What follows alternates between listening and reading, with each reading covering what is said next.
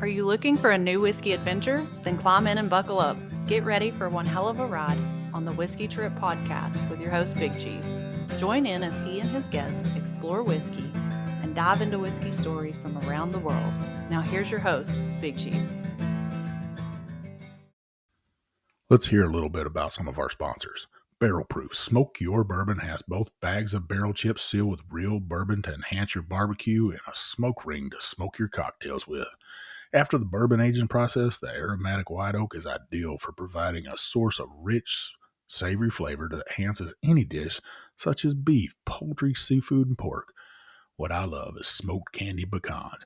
You can find these bags of barrel chips in over 32 Buc-ee's locations and select Ace Hardware stores around the nation. Check them out at smokeyourbourbon.com. Also by Jimmy Pierce Design, making custom hats for every occasion. From the rancher to the businessman, this master hatter with 25 years of experience has you covered. I've ordered one of Jimmy's hats on my head from the first time my keen eye caught his craftsmanship. From the American cowboy hat to the fedora, there's no limit to what Jimmy can design for you. He only uses the best materials available and works to ensure every customer leaves happy. Visit Jimmy today at jimmypiercedesigns.com. Also by Leaper's Fork Distillery in Leaper's Fork, Tennessee. Leaper's Fork Distillery is an artisan distillery working to bring back the history and heritage of a small batch whiskey production to Williamson County. The distillery crafts premium spirits using local ingredients and limestone filtered water to create superior spirits with a signature taste. Yeah, you know I love their wheated bourbon. Leaper's Fork Distillery is characterized primarily as a low-volume, low-impact concept of production. They are excited and honored about bringing back a lost art and industry to a county that always puts its history and heritage at the forefront. Visit them today at leapersforkdistillery.com. Hey, it's old Big Chief, and yeah, you're taking another ride on a whiskey trip.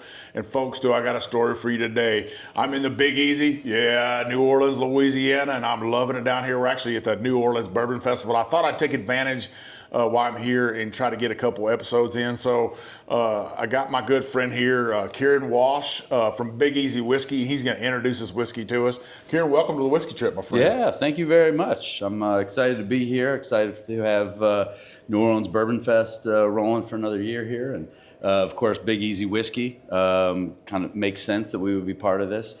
We're just launched to market here in Louisiana to kick things off. And that was just this month. So I'm really excited to get this whiskey out to everybody.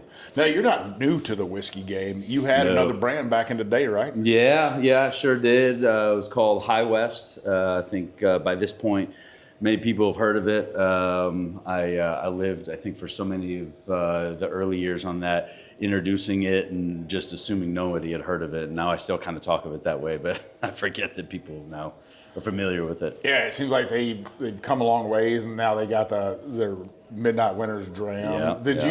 Was that your concept? Yeah, well, it was David Perkins who was the initial founder, but we all worked together on that blend, and it didn't, that was not something that just happened, just overnight. It was actually a good story of a series of mistakes, and sometimes that's how the best things come out. And now it's like super allocated. I think they just came out with batch 12, I think is what it's out now. Sounds about right. Yeah. I think 2012 was the first year, and then the first wide release was 2013. So wow. That'd be about right. Blending and getting interesting different flavors into whiskey is definitely what we focused on there, and it's absolutely what I've brought into this whiskey. So Big Easy Whiskey, take me through what Big Easy Whiskey is. Yeah, so it's it is an interesting whiskey that still I have trouble figuring out exactly how I want to describe it to people, but in its simplest form, it's a 5-year-old corn whiskey. Also, and as we package it here, as we label it here, is a whiskey from a bourbon mash bill. You can call it either one. So it starts life as distilled as a bourbon, and it's a 81% corn, 15 rye, and then 4 malted barley mash bill, and it is then immediately filled into used barrels. One thing that I always loved was American whiskey, but in with the influence of that kind of less tone, more toned down oak, and so it provides an open kind of palette for which to infuse a lot of different herbs and spices. So that's what, as you're picking up, you get whiskey notes up front, but what I've done is then infused 24 different herbs and spices in to help, I guess, complement those natural whiskey, the aromas and flavors that you're getting from the base whiskey. It almost has like this barrel-aged gin with all these like juniper notes, a lot of citrus on this. Yeah. Get a little lemon zest on it. We got lemon peel, orange peel in there. Maybe them orange spice candies always come out with that note. Maybe that's because my grandmother had them in an old crystal jar that you weren't allowed to touch, and then they got hard as a rock, and you bite into it and break your teeth, break a tooth or something. But so these are technically they are botanicals. I think sometimes people get a little confused on, well, what is a botanical? And so, we prefer to them as herbs and spices. It's the same thing. You're picking up some of that, what you had called out as juniper. There is no actual juniper in here, but very close. There's cypress tips. So the early bud cypress tips of Louisiana cypress tree. So you took it a step further with Big Easy, and when you're driving into New Orleans from really anywhere, you see those bald cypress trees everywhere. That's right. Right, and they are a type of kind of a cedar, and they do have those little berries you're talking about. Yep. So I love that concept of taking something, a city that's known for whiskey, Bourbon Street, whiskey coming down the Mississippi River from Kentucky, and to getting here, and then you put a little bit of Louisiana spin on it with that cypress. Man, that's spectacular. That was the idea. I mean, it's Big Easy whiskey. I didn't want to just, it is very inspired by a lot of the European Amaros. Was the first real kind of thought at this, and many years ago we were thinking about, what if it was like a whiskey-based Amaro was really the initial idea on this. And in between that first thought and then when we really started to put things together, the flavored whiskey market boomed, right? And those flavors in that category are very primary. But I was always very interested by the people who were gravitating or first entering into the whiskey space through flavored whiskey. And I looked at this idea of just, well, what if we brought a little bit more credibility to that flavored whiskey category? And really, at the end of the day, they're natural infusions. It is flavoring the whiskey. It's giving an additional flavor. But this is not, a primary like a peach or green apple or any of that kind of stuff. It's a lot more complex flavors and actually drives it into a range that almost reminds people. I think the thing I get the most of is, man, that tastes like an old fashioned. And who doesn't like an old fashioned cocktail, right? So, well, everybody should at least try old fashioned once. So let's try this thing. Cheers. Yeah, cheers.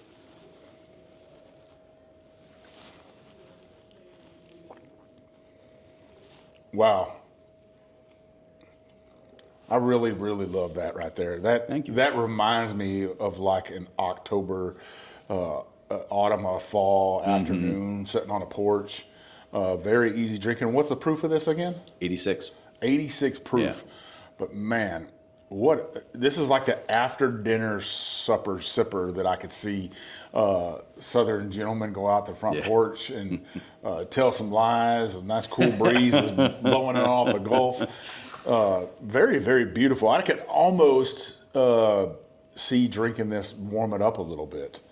Yeah, absolutely. Actually, just talking with our marketing director on the way over here, and she was reminding me of some of the cocktails that some of our team have come up with, and just coming out of this, these winter months, she had it was essentially just a hot toddy with this, and so warm it up with some hot water, and it almost. You don't need to put anything else in there, right? There is, if you're going that direction, there are a lot of baking spices in here. So there's cinnamon, there's nutmeg, there's mace, clove, coriander, and a lot of the things that give you the base that people do like to put in their hot toddies, and also that they like to put in their old fashions. So we've kind of begun to, lay down a nice little base for making it easy. I almost think that those folks that are looking for an old-fashioned at home and they're worried about making the perfect one, right? Because you can put too much whiskey in one. You could put too much bitter in there. You could put too much simple syrup or whatever syrup you're using, and ruin your cocktail very easily. Some guys are smoking them these days and stuff. But this, to me, would be that perfect bottle to have at your house. I've had a lot of pre-made cocktails, and not a whole lot of that I like. This one right here is right up my alley. And when I was researching you guys, a lot of people would say that of all those spices, and it almost would be equivalent to a whiskey Dr. Pepper right here. I'll take that. Right?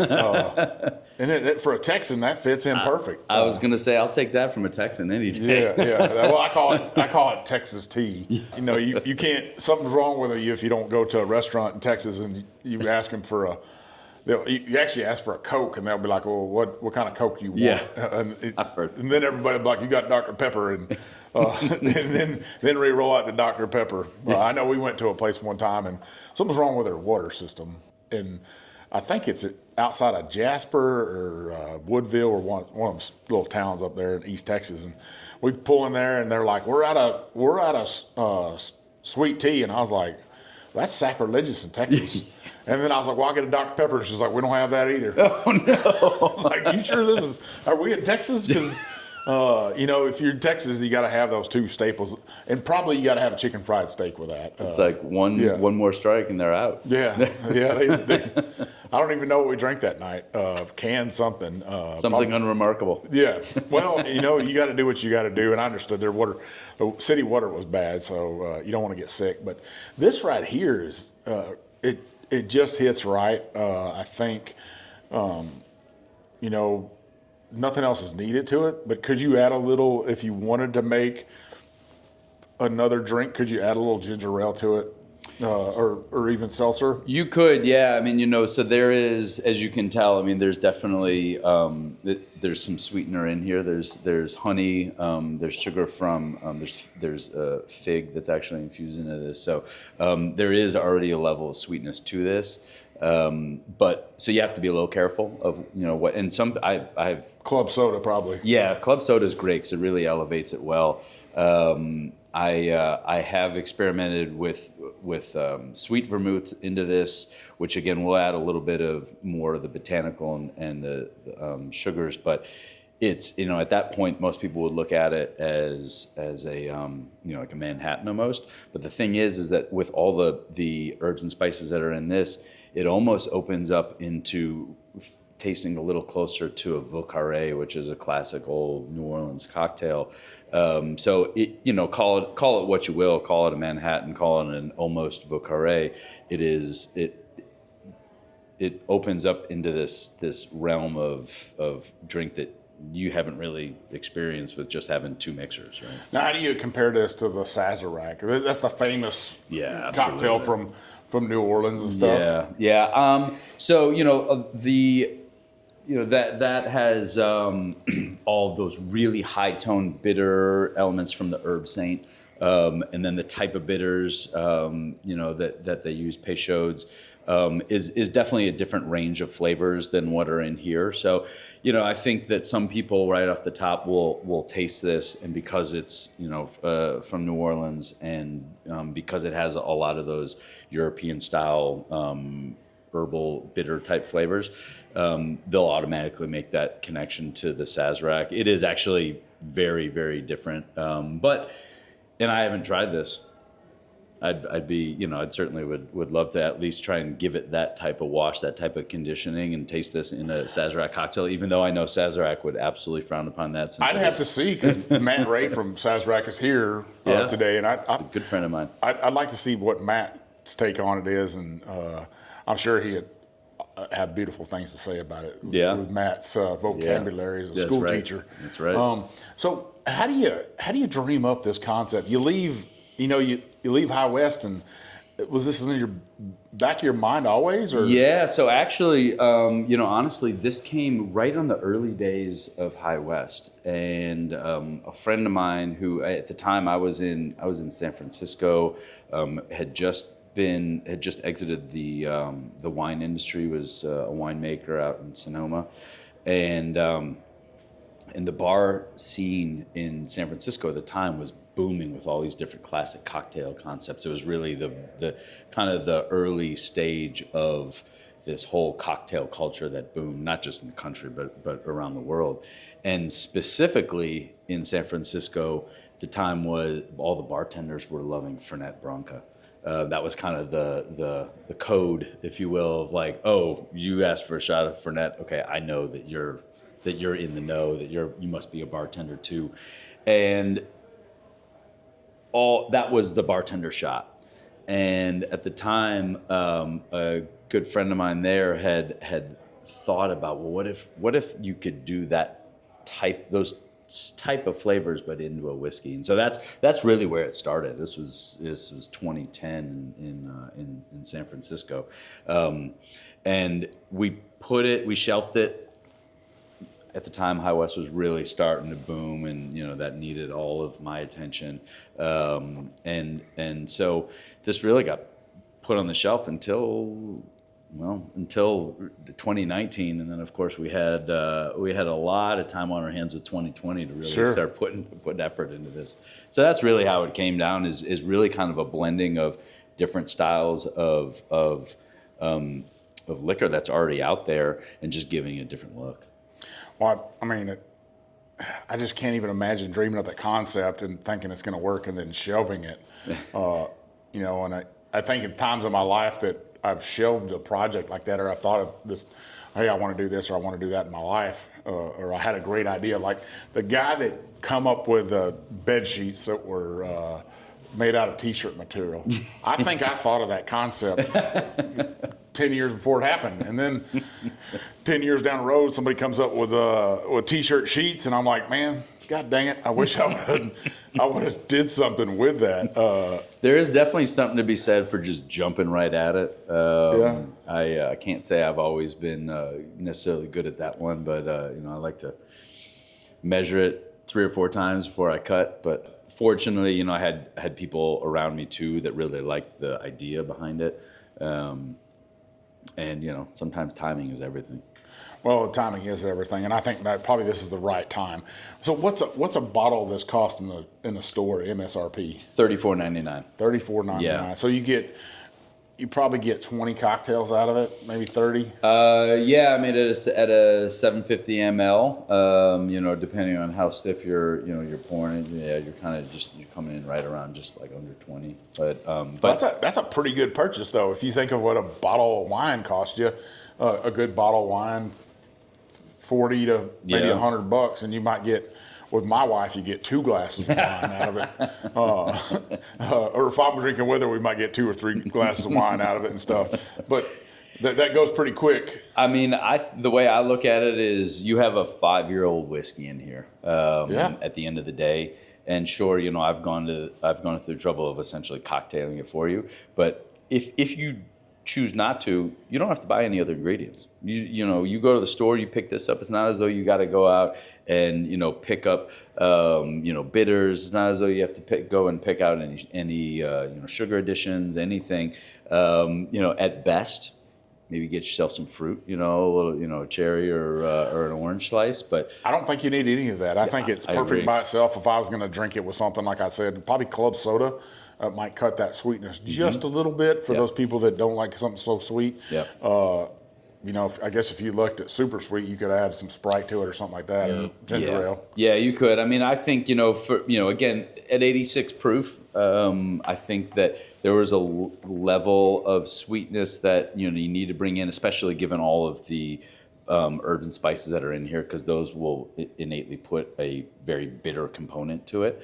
But I don't find it overtly cloyingly sweet. You get a little bit to balance the alcohol in there and balance those bitters.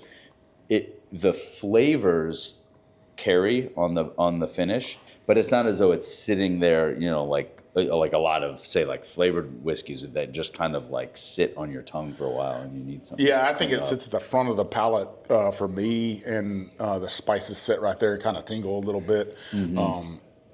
I like that, and the sweetness goes away pretty quickly for me and stuff. Yeah. I do like that the sweetness gives it for the proof gives it a more velvety taste to me. Yeah. Usually at 86, I just feel like it's kind of tannic and Yeah. sometimes can be too light, unless it's a perfect Irish whiskey or something like that. Sure. But The nice thing in this, sorry to cut you off, is too, when you're talking about additions to make to this, you know, I'm a whiskey hound, so I was always shooting for higher proof, you know, and obviously this comes in a lot higher than anything even remotely close in its category, but also am aware of that people do like to maybe drink a little bit lower proof than that, and so a lot of the infusions that we made carry with them what are called hydrophobic compounds. So the addition of water really perfumes these up. I mean, that's a basic part of whiskey, but this almost becomes a totally different dram with water in it. To whatever proof you want to add to it, it drastically changes it, because hydrophobic compounds are hydrophobic. They're scared of water. It literally pushes them out of solution and into the air, evaporates them. And so all of a sudden you get all these really great high-toned, you know, kind of herbal elements that come out of it that you don't really get when you're just drinking it neat. the whole concept here is just remarkable to me, and I'm glad you came on and we can discuss it. And I always talk about, you know, people say, hey, what's your favorite whiskey or what's your favorite cocktail? Sure. And I'm a big whiskey sour guy. There's no secret to that. I've told people that 100 times. But I'm always looking for that new thing out there, that new thing that's going to just kind of shock me. And I got to say, this shocked me because that first nose of it, that thinking, man, is this a barrel-aged gin? Yeah. And then and it smelled so good. I love barrel-aged gins. I don't like gin, but I love barrel-aged gin. Yeah. And then to taste it, and I'm like, wow, okay, that's bringing back some memories of campfires and the fall afternoons or the early spring, and you still have a fire down by a creek or something. That's everything in this glass right here that I think of. Or back in the day, we used to make these cocktails, I guess you could call it. We'd take an Absolute bottle and fill it up with rum, and then take apple cider and some cinnamon sticks and some cloves, and set it by a fire, and then we'd all just pass that bottle around and sip on it. This is obviously before COVID. Yeah. Because people would be like, what are you doing? But you're all sucking off that same bottle like a bunch of nursery kids. But that takes me back to those memories and stuff. So a bottle that can have all that in it is so much. And I think for the price, you talked about the 5 years. Usually I say $10 per year is what a whiskey would go for. I'll take that. Right? So, you know, if you had a 10 years at $100, I think that prices went over the last couple of years, but perfect price range, perfect cocktail, perfect for the city, right? Yeah. I'm sure you would love to see this in every bar here. That is absolutely my goal. You know, when you go around New Orleans, you go not just to neighborhood bars and such, but even people's home bars. You know, when people in New Orleans, we celebrate everything, and everybody has their home bar, no matter how big and elaborate or just concise and small. They have some area set aside. When you go in, you always see there's always the basics, right? There's always a bottle of vodka, and there's a bottle of gin, and there's a bottle of rum. And there's almost always a bottle of Sazerac, right? Sazerac rye. Makes sense. You know, we drink a lot of rye here. And my vision is not to replace that bottle of Sazerac. That's not what it's meant for. It's to find itself on the place of every person's bar here, whether it's a public bar or your home bar. That's my vision, is just being so, wrapped up and loved by the people here in the city. And definitely informed the flavor profile, that's for sure. And across the country, right? Yeah. Oh, absolutely. I mean, what a great concept. You want to win your city, right? So you win New Orleans. New Orleans, the history here of whiskey even on Bourbon Street, the debate whether it was, did bourbon start in Kentucky or did the name come from Bourbon Street? Did it come from a family in France? Nobody really knows, but it's got a great history here, and the love for whiskey spread from here. Yeah. And maybe the love will spread across the country for this drink right here. I certainly hope so. I would love that. You'd love it? Well, I'm sure everybody would love it. Well, we're up against our first half, and when we come back, we're going to talk a little bit about the history of cocktails and that history in New Orleans, and where Big Easy is going to take that history and have a legacy here in the Big Easy and around the world. Look forward to that. Listeners, you stick with us, and we'll be right back. Let me finish telling you about the rest of my sponsors. Seldom Seen Farm, bringing bourbon barrel-aged maple syrup goodness from everything from pancakes to whiskey cocktails. Seldom Seen Farm in Northern Ohio has something magical for your whiskey cocktails instead of that old basic simple syrup. Kevin Holy and his family are harvesting the sap from over their 5,000 maple trees and turning it into something delicious, maple syrup. He then goes a step further by aging in bourbon barrels for 6 to 9 months. That's right, bourbon barrel-aged maple syrup. Shh, don't tell Miss Viv, but I love to pour it over my buttered pecan ice cream. Visit them at seldomseenmaple.com. Also buy 10th Mountain Whiskey and Spirits. The 10th Mountain Whiskey and Spirits Company is an extension of the mountain lifestyle, bringing together the old and the new. Generation after generation, men and women alike, all share the same passion, enjoying it for a day, a weekend, a lifetime, or somewhere in between. No matter how long it's embraced, the combination of friends, mountains, memories, and spirits brings people together like no other. As an Army veteran myself, I'm proud to have them as a sponsor in honor of the legendary 10th Mountain Army Division. Enjoy one of their fine whiskeys today. Visit them at 10thwhiskey.com. All right, listeners, we're back from the second half, and we're at the New Orleans Bourbon Festival this weekend, having a great time here. And I got my friend here, Kieran, and we're talking about Big Easy whiskey. But New Orleans has always been considered the birthplace of the American cocktail, with the influence of Spanish. You got Caribbean, you got the French, you got the U.S. We like to drink. You got all these different cultures coming together here. And they brought the Sazerac here, what used to be made with cognac, right? Mm-hmm. And then the rye whiskey got infused into it. And now we use the Sazerac rye whiskey. That's right. And some people would even make it with bourbon today. Mm-hmm. I think some New Orleans folks would cringe their nose up at it a little bit if you try to make it like that. But it's probably actually a slightly truer comparison to maybe the cognacs that they were using in it. I find the bourbon has a slightly closer profile to cognac than rye. But the interesting thing at that time, and I only say this from all of my my experience in the rye whiskey category, is that back then there really wasn't much bourbon. Rye whiskey was king for the United States. Right? Yeah, George Washington was making rye whiskey, and it wasn't aged in barrels because they would take it straight to taverns and they just drink it. Yeah. So I would imagine that the original Sazerac would probably had a more of a clear whiskey in it. I couldn't comment on that. I mean, certainly the cognac that was in it would have been in barrel for quite some time, whiskey coming from anywhere in sort of the middle and the northern part of the country down that river, that's what really was beginning to give people the understanding that you could get color into spirits from its time in barrels. So. Well, we always think about whiskey coming down the river, right? That process would take 3 to 4 months, right? Mm-hmm. Abraham Lincoln did it twice in his life. He took that trip from Indiana and just south of Louisville is where he started his trips from. Yeah. It would take 3 or 4 months, but they started in the spring, and by the summertime they're down here in New Orleans. Yeah. Right, and they're selling their goods along the way and stuff. But you're right, that southern heat that we talk about down here, that Gulf air hitting those barrels, and they're not in a rickhouse or anything. They're sitting on a flat bottom boat, really made out of these giant logs that today, still here in New Orleans, there's these shotgun row houses that some of those are still around today, have those logs in it, maybe from Abraham Lincoln, that he felled that tree and brought it down to the river and put it in the river and built himself a raft out of it, really. Yeah, certainly. I certainly lived in and seen enough homes that at least harken back to that time.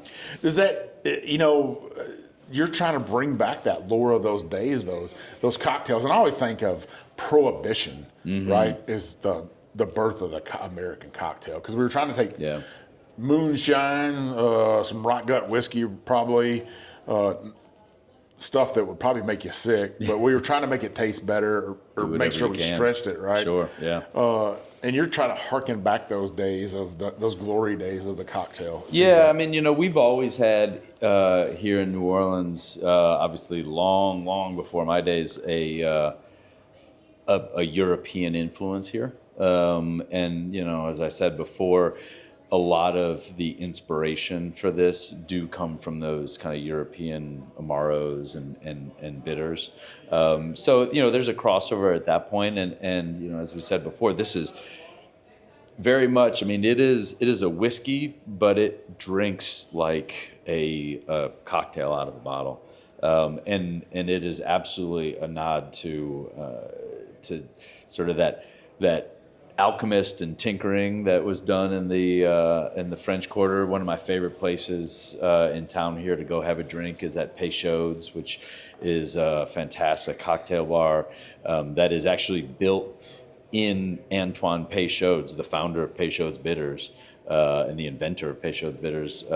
There's the Peychaud's cocktail bar that's in his old home. You can go right in there and have yourself a drink and man, some of the freshest Peychaud's bitters you've ever had in your life. Wow! And it makes a difference. The first Sazerac I had in there, I remember the bartender made me one with Peychaud's bought from just the local corner store, and the other right from the Sazerac house, where they sell the fresh batch of bitters. And I thought, come on, no, there's no way there's a difference in this. It's bitters. It's meant to last forever, right?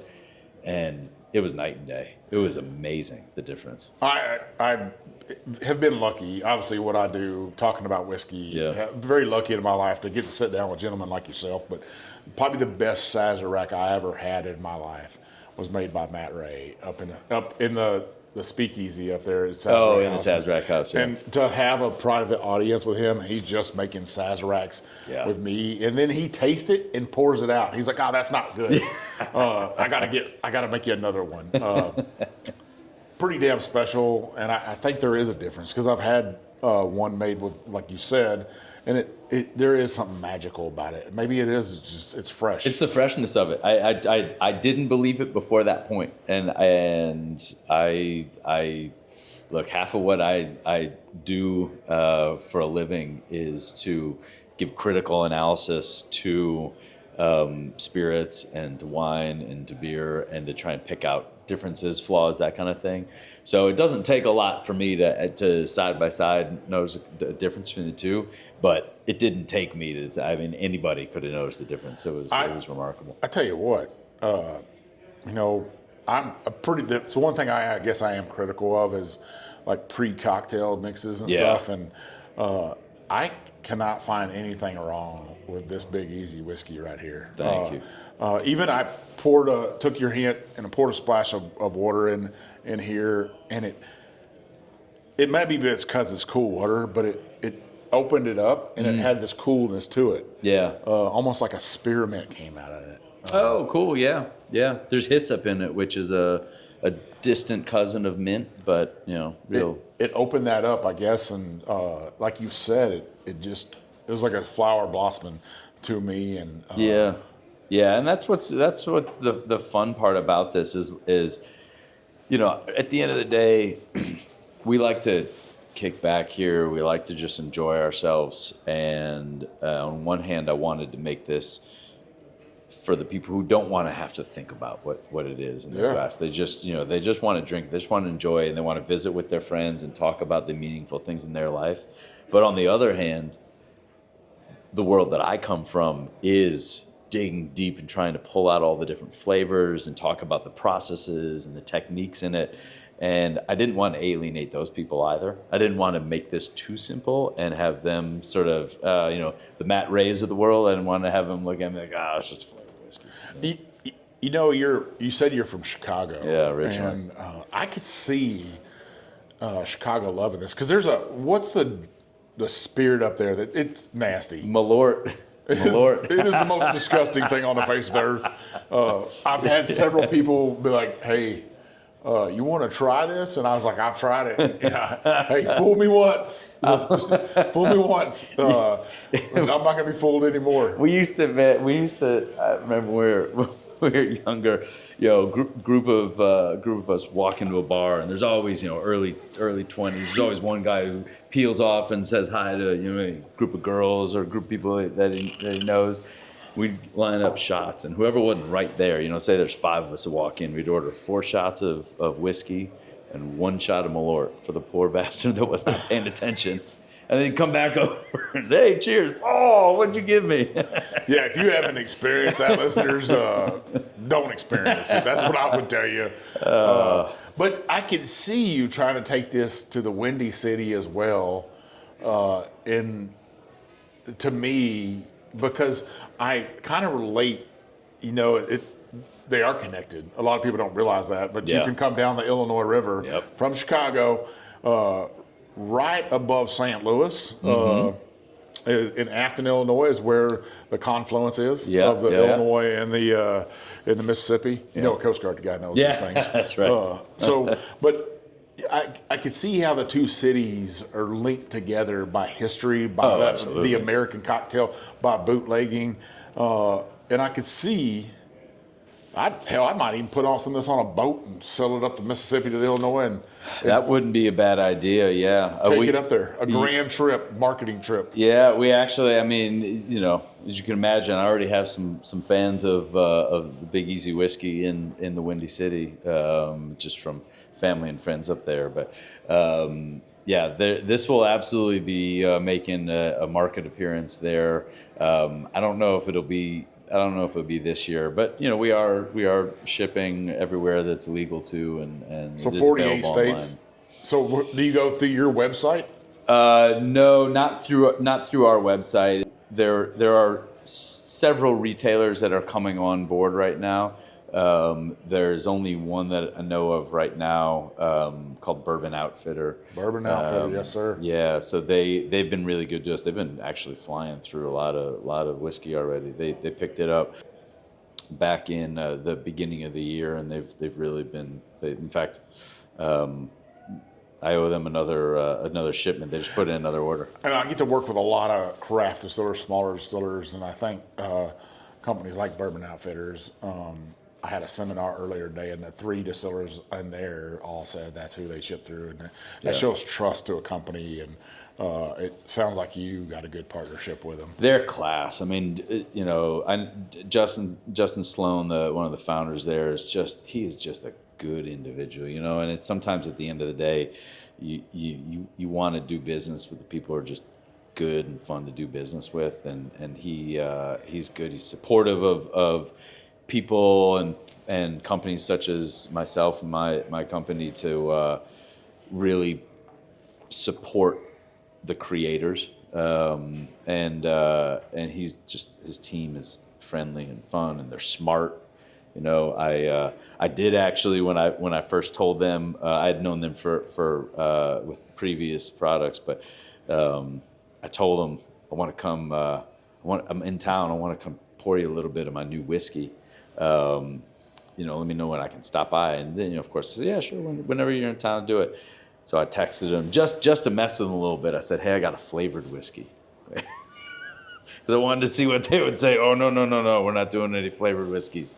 And I don't even think I got a reply to that text message. And then I walked in, and I was like, hey, you ready? And man, there were 3 or 4 of them there, all real smart. Real smart whiskey people. I poured them a taste, and the looks on their faces were like, man, that is really, really good. So the look I had on my face. I was like, wow, this is something special. Did you, was that at the Justin's House of Bourbon?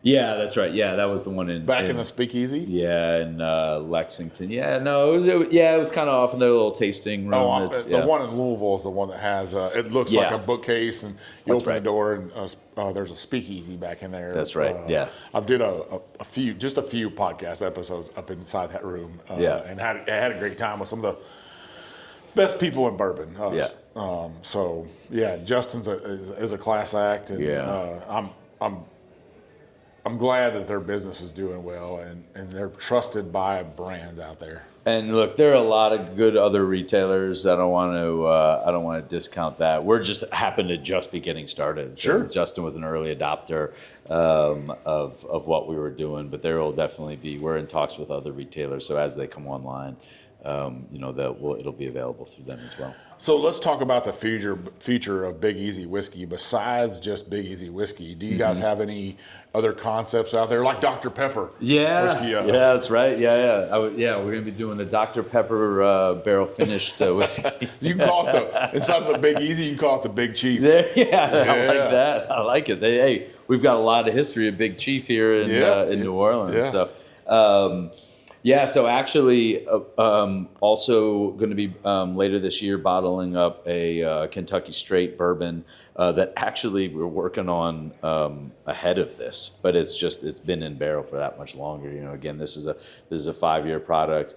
That whiskey, the oldest that's in there, will be 10 years by the time we dump it and bottle it. There are some younger whiskeys in there, 6 year, so it's about a 6 to a 10 year. But what we did is we dumped it from their bourbon casks and re-barreled them into Armagnac barrels, Cognac barrels, and Calvados barrels. And so aged it for anywhere. The max was about 2.5 additional years. Some only got a year in barrel, and then I'm taking those. Essentially 3 separate finished bourbon, and then creating a blend and blending them back together. And it is something else. It's really, really delicious. Right now, it's coming out of barrel right around 114 proof. I thought about doing a cask strength. I might still claw a little bit back and do a cask strength, but I love it at 107 proof, which is just a fun, good bourbon number. At 107, to me, on a desert island, the question is it wheat? So it's a 4 grain.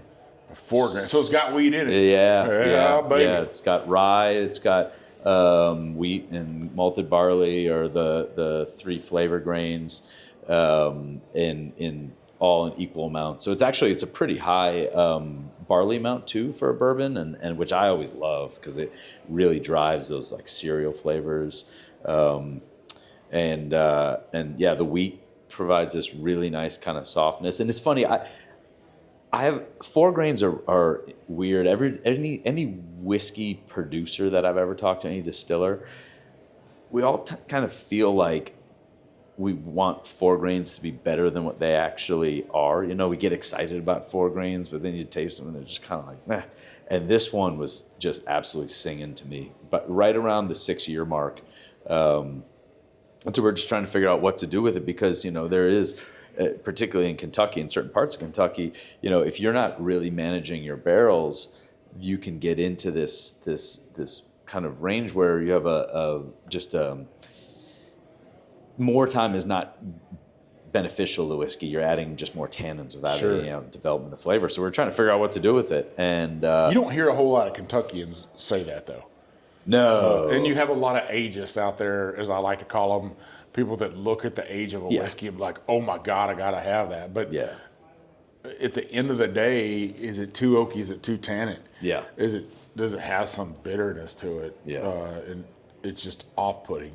And I'm glad you say that, because a lot of people don't have the courage to say that to other people. They're like, oh, well, I love this 15 or 17-year-old whiskey that's tastes like you're chewing on an oak stick. Yeah, absolutely. And that's really, if you really go far enough back, American whiskey was like really kind of pinpointed at around 4 years, right? Mm-hmm. That's where it was magical.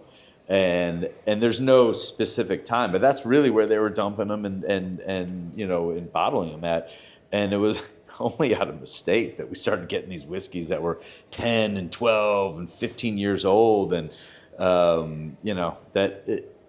Now I think we've got better data that we can get a whiskey to that 12 or 15 year mark with grace and making sure it gets there with purpose. Whereas before, I think, you were getting a lot of those toothpicks that you were chewing, that you were sucking on. Yeah, just a big mouthful of toothpicks. I think about those companies, those same whiskey companies up there, Tennessee and Kentucky. At some point it was like, oh man, this whiskey's older than your whiskey. Yeah.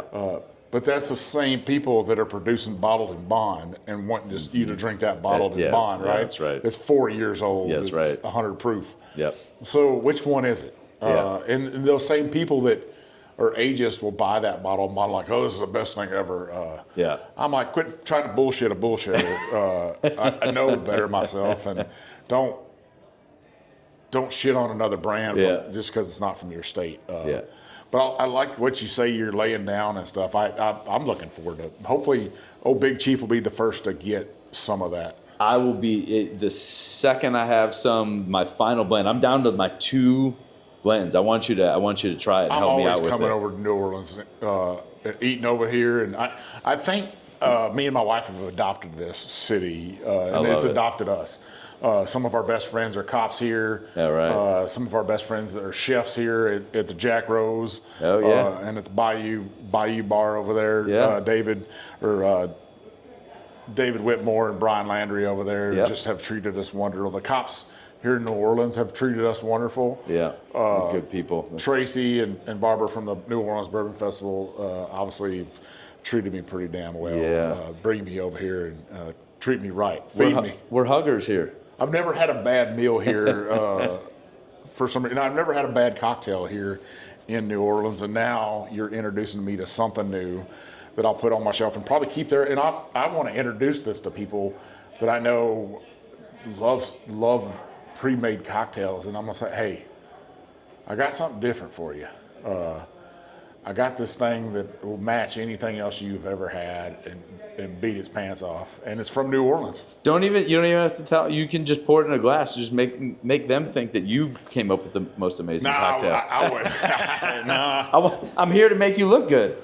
I'm not gonna. I would never do that. Now, if you made a whiskey and wanted to put Old Big Chief on there and had a Dr. Pepper, I might go along with that, because I'd be like, that's the Big Chief idea, and I've wanted something like that for the longest time, and it just time and money. Yeah. Time and money. Concepts like that, I think they do, and somebody else is like, I tell people all the time, and they're like, your ideas cost a shit ton of money, Mike. When you tell a distiller that they need to buy new still, and I had somebody's dad told me that. He was like, oh, man, you cost us like $1 million, right? I was like, sorry. The truth's the truth, though. It'll set you free. So you're going to introduce that. Is there plans to do other projects too? I have actually. You mentioned bonded whiskey, so I have laid down right now some absolutely delicious rye that we're looking at bottling as a bonded rye. It'll be just short of 6 years old. Again, I really love that 5.5 kind of year mark for a lot of those straight whiskeys. So that won't come out that would be a next year item. But the bourbon will be coming out later this year. I really wanted to get it out in time for Father's Day. I think we're going to be a little bit after that, but absolutely we'll have available for going into the second half of the year in the fall season. So yeah, bourbon and then the Kentucky straight bourbon, and then Kentucky bonded rye.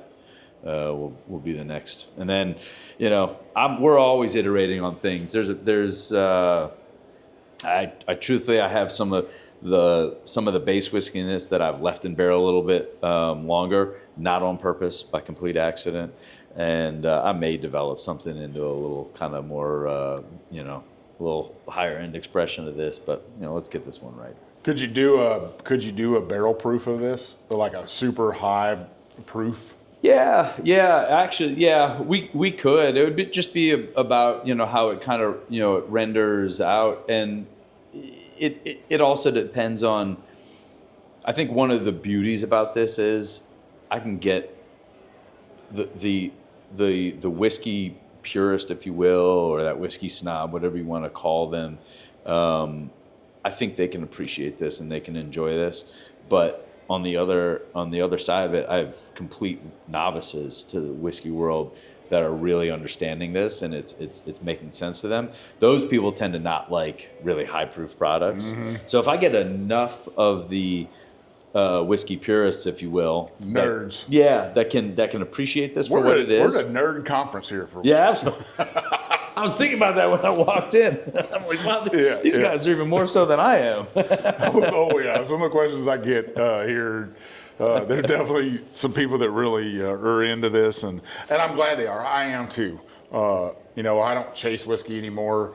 Whiskey comes to me, and I'm glad that I have that luxury. I'm very gifted when it comes to that, so I'm very happy. I could just see this at about 107, comes out of barrel. Call it the Big Easy last call or something. Yeah, I like that. The last call like to Big that. Easy usually doesn't happen till 3 in the morning. Well, yeah. I mean, you go down to you go over to Miss May's here in town, which I used to bartend at a long time ago. It never closes. It never closes. 24-hour bar. Just puke and vomit all over. Man, I used to work that midnight to 6 a.m. shift. Oh, it was man. not pretty. Except that I got all the bartenders getting off of their shifts and coming to me. That was fun. But we don't do last calls until pretty much when the sun comes up. I used to bounce at a biker bar on the eastern shore of Virginia, and called Hoss's Deli, Bikes Out Back. And after you closed down and cleaned up, and we'd go to another place called Xanadu's, and it was like the troll under the bridge almost. But you'd have to go under this overpass and get down underneath the overpass, and that's where that little bar was. But that's where all the bartenders and bouncers all hung out and stuff, and nothing but good times at that place for sure. Even good times at Hoss's Deli.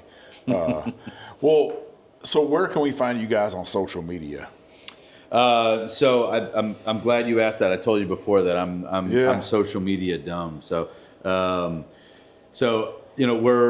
you can find us on Instagram. We're at Big Easy Whiskey. I think we're basically at Big Easy Whiskey and everything. So that's makes it easy. Yeah, Facebook, Twitter, that kind of thing. We'll definitely Instagram is, I think, the one that we are most active on. That's where you can see all the pretty pictures. And we have a lot of good, the events that we've done so far. We did something with a bunch of the local bartenders back during Tales of the Cocktail last summer. A lot of really beautiful, fun cocktails that came out of that. I learned something that I did not know. This whiskey goes particularly well with iced coffee. That came out of Tales of the Cocktail last year, and there were some beautiful, just aesthetic-looking cocktails that were on there. Did you know that Sazerac used to be a coffee house here? Oh, I guess, yeah, I forgot about that, yeah. Little history there for That's you listeners. right. Big Chief's into history, so Yeah. Well, I can't thank you enough for number one, introducing me to Big Easy Whiskey, something new to my portfolio as a whiskey nerd, and my pleasure. And coming on here and sharing your knowledge of whiskey and stuff. And I look forward to having it on here again and just I can't wait. It'll be with Le Grand Negociant Bourbon. We'll do it for that one. It has actually been a pleasure. I always look for these episodes, and I have a great time. Taking a minute to get away from the herd out Madness. there. Yeah, it's good for me to. I don't really like big crowds, anyways. I appreciate you coming on here and sharing your knowledge with us. Thank sharing you very your whiskey. much. This has been a lot of fun. I love talking whiskey. You're a great person to talk whiskey through. Obviously, you know a whole lot, so that's I know always about fun that too. much about whiskey. Yeah. Somebody looked at me today and was like, he knows. And I was like, I don't know if I know or not. But I'll try. I'll try to get it out there. Well, listeners, you know where you can find old Big Chief. You can find me on Instagram, TikTok, Facebook, now YouTube, at The Whiskey Trip. Go to my website, thewhiskeytrip.com. Check out my merch on there. Go and subscribe on YouTube. I've been really trying to put out great content on there. I'm getting more videos on there. I got my niece, Mackenzie, helping me out. Kenzie, thank you so much. I love you. doing a great job at that and stuff. And it'll only get better as she learns, as we grow. The content will start to flow. So I really appreciate that. Ed, from Bourbon Obsessed, this episode's for you. I hope you're listening. I hope your run's going good, buddy. I enjoyed seeing you this week. Keep listening. If you listen to me, make sure you listen to Matt and Mark from the Bourbon Life on all podcast apps and stuff. We'd especially appreciate it if you give us a 5-star review and some comments on Apple Podcasts. And then you copy those comments and put them over on my Facebook page. I'd really appreciate that. Those comments, those reviews, they open up doors to distilleries. They get great brands in my hand, like Big Easy Whiskey, and great guests on my show, like Mr. Kerwin here. I really appreciate it. This is Old Big Chief, and thanks for taking this ride with me.